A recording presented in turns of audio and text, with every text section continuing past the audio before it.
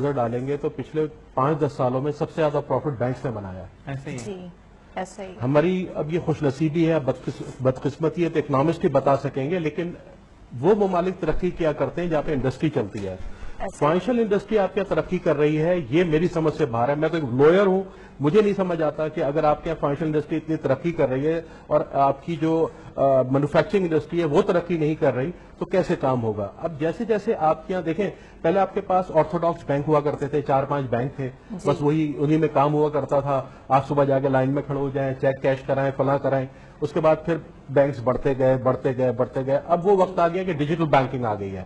پھر وہ وقت آیا کہ موبائل فون بینکنگ آ گئی ہے.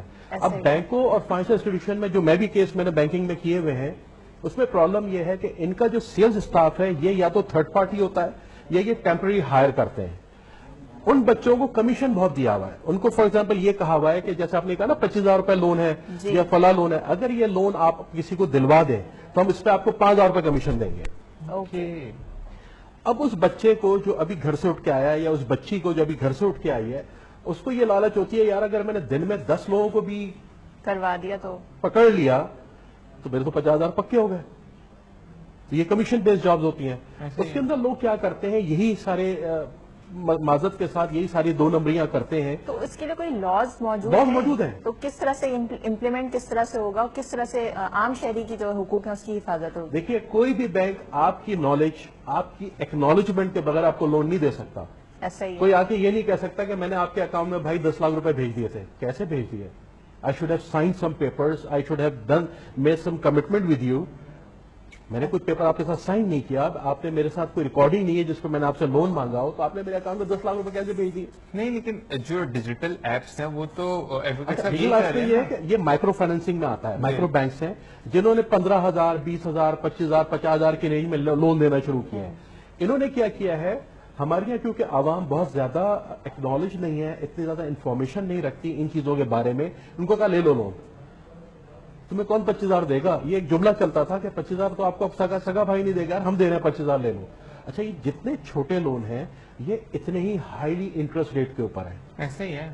یہ جو 25,000 ہے اگر یہ آپ نے 2-3 مہینے نہیں دیا تو یہ پتلا سکتا ہے لاکھ روپیہ بن گیا، 75,000 روپیہ بن گیا. اچھا لیکن ایک بات مجھے بتائے گا کہ کیونکہ دیکھیں مائکرو فائنانس بینک کا ایگزسٹنس تو کوئی برانچ ہے نہیں نا، ایسی تو کوئی برانچ نہیں. جیسے ہم کسی بھی بینک میں جاتے ہیں، جیسے ہم دکوو برانچ اگر بولتے ہیں بینک ہے، دکوو بینک ہے، تو گو کی برانچز بھی ہوں گے، ڈفرینٹ شہر میں برانچز ہوں گے، تو فزیکل اپیرنس پہ ہم جا رہے ہیں.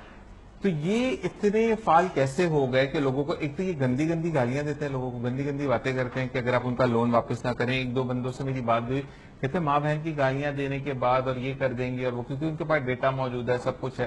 تو کیا میری پروٹیکشن کے لیے نہیں کہ میں نے تو لون لیا ہی نہیں، میں جا کر ان کے خلاف FIR کرواؤں یا کچھ ایسا لیگل ایکشن آپ کروں؟ کو FIR کے لیے بھی جانے کی ضرورت نہیں ہے. اسٹیٹ بینک کے اندر ادارہ موجود ہے. آپ سب سے پہلے ان کو اپلیکیشن دیں. سب سے پہلے آپ نے اسٹیٹ بینک میں اپلیکیشن دینی ہے. اگر آپ کو یاد ہو آج سے 2-3 سال پہلے 1-2 واقعات ہوئے تھے جس میں لوگوں نے خودکشی کی تھی کیونکہ ان کے گھر پہ لون ری پیمنٹ والے گئے، انہوں نے وہاں بدتمیزی کی، محلے میں لوگوں کے ساتھ ان کو بتایا، جس پہ وہ شخص اتنا دل برداشتہ ہوا یا شاید اس کا باپ تھا، بندہ تھا، اس سے جا کے نیٹی پہ سے چھلانگ لگا. جی اس نے خودکشی کر لی. تو اس کے بعد اسٹیٹ بینک نے ان چیزوں پہ پابندی لگا دی ہے. صحیح. ٹھیک ہے، کیونکہ مسئلہ یہ ہے کہ اسٹیٹ بینک نے لون گیورز جو بینک آپ کو لون دیتے ہیں ان پہ یہ خطخن لگایا ہوا ہے کہ آپ یہ سرٹن ایلیجبلٹی کرائیٹیریا پہ پورا اترے گا تو آپ لون دیں گے.